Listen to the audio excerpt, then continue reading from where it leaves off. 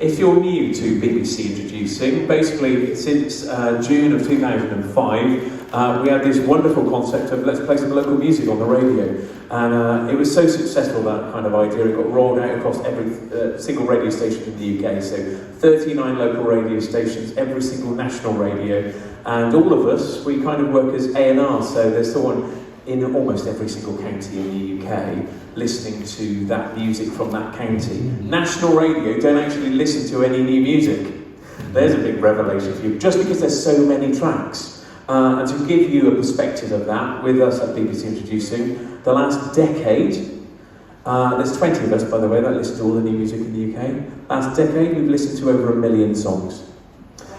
So, from that, we're trying to put together a weekly radio show that kind of showcases the very best of the area, but then we pass the very best of the very best up to national radio, and that's what makes the playlist on Radio 2, or 1 Extra on Radio 1, on 6 Music, and so on and so forth. So some incredible artists. So to get chosen from those millions, to get to be on a stage is a remarkable kind of feat. So thank you for coming down. Performing upstairs here at the Crown Ballroom in Nantwich, that's Heidi, who is an incredible performer. As well as obviously doing music, though, you're a dancer, an actor, and a fashion model. Yeah, I like a bit of everything, don't I?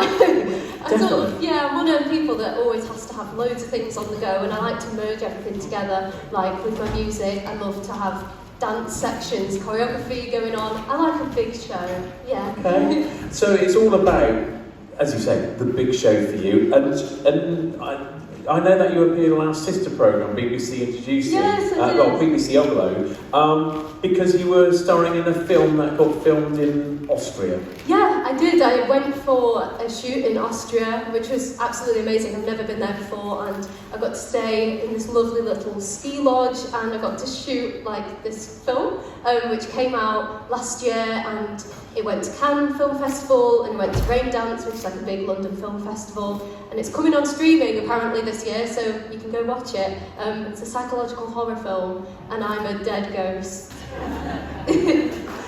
So, where do all of it? Yeah, you can really applaud that. Obviously, there's multiple streams there of inspiration to kind of come to you. So, musically, let's talk about the music first of all. Where do you get your inspiration for writing songs?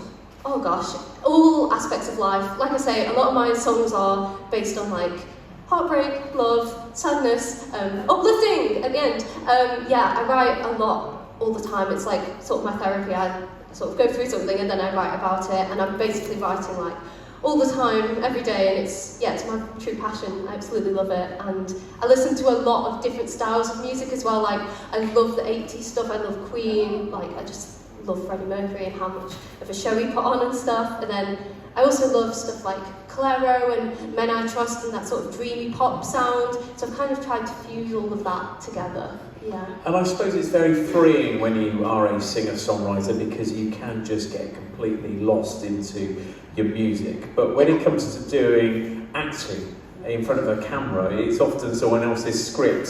So what kind of gets you into those roles? Oh gosh, I mean that's very different. Like acting it's another great outlet though, because I get to still bring myself to the part, because every actor has a different interpretation of every part, which is why I love acting and I love watching TV and seeing what other actors do. But often, like with inspiration for different parts, I just people watch and see different like ways that people interpret life, and then I get a lot of that from my songwriting as well. It always has to come from like a real place. That's what I found. Whether it's like acting or music or anything, it has to just be organic to you. Yeah. There's not that many people who manage to do that perfect crossover between music and also acting. So when you're on stage, is that a real, true reflection of you? Oh, I would say that's the goal. Always is like to be able to. With all my songs, I think like I have a backstory, and I almost create like a character for myself when I'm writing the song as well. So I've written a bunch of stuff that's just very out there and like about all sorts of weird fantasy stuff, and it just gets me like into the role and into the song. And I think the key for me is like that I have a story to tell. So whether it's through acting or through music, or if I can combine the two, it's just that I get the story out there that I want to portray and hopefully make people resonate with it. And has music and dancing always been kind of integral to one another? Yeah, I've been a dancer since I was like 4 or 5, so that's always been just my sort of comfort zone, I think. So the minute I started to write music, I would feel the rhythm and I would be there in the studio like swinging my arms about or doing a little dance and just trying to choreograph something, because I just feel like that's when I most connect to the song as well. Yeah. And I suppose when you were a kid, there's all sorts of dance troupes which you can join. Did you do that? Oh really? Yeah, I did all sorts. Yeah, I was part of the Royal Ballet when I was a kid, and I was going to be a ballerina, and then now I'm 5'10" and too tall to partner any boys, so I got slung out of that and started this instead. Wow, okay. And also fashion model, another string in your bow as well. Yeah. How did you get into that? That's the hype thing again, yeah. I was just randomly in London watching a show, and this bloke came up to me and he was like, "Do you speak English?" And I was like, "Is this a scam?" So I just tried to walk away. And then he was like, "I think you could be a model." And then so you definitely thought he was scamming you? Oh yeah, 100% thought he was scamming me, because I was like 14 and I hadn't grown that tall yet, but he was like, "I know you're going to be really tall," and I thought, no, I'm not. And then fast forward a few years and I've done London Fashion Week and like done loads of crazy stuff in the modelling world for years, so I think he was right all along, and he weren't a scammer, which was nice.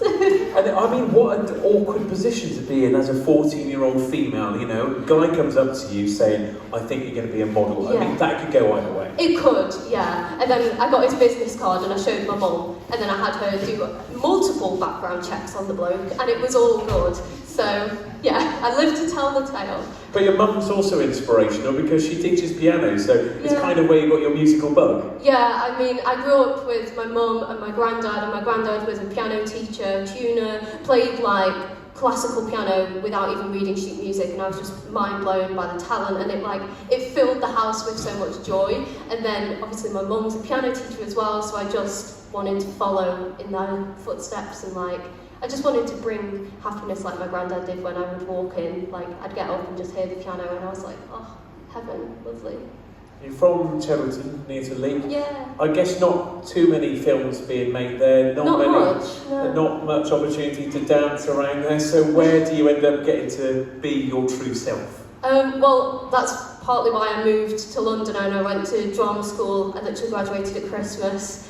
Just because it's like London's the big, the dream city, and I've been doing lots of dance there. There's Pineapple Dance Studios, I love to go there, and yeah, got to perform at drama school on the stage, and yeah, it was a great experience, and it brought a lot of ups and downs, and some of those I've written about, as you heard.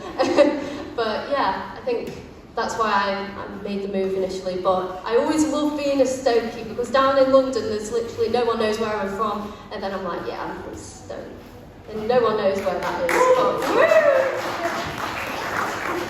And with all of these strings to your bow, which one are you going to pursue the hardest? Music, of course. Of course.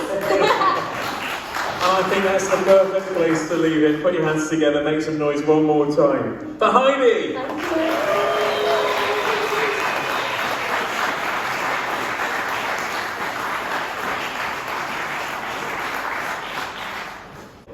Thank you, you guys. Thank you to Heidi. Thank you to... I didn't even know your name. She never introduced you. I'm so sorry. This is Ben. Hello, you right? Make some noise for Ben.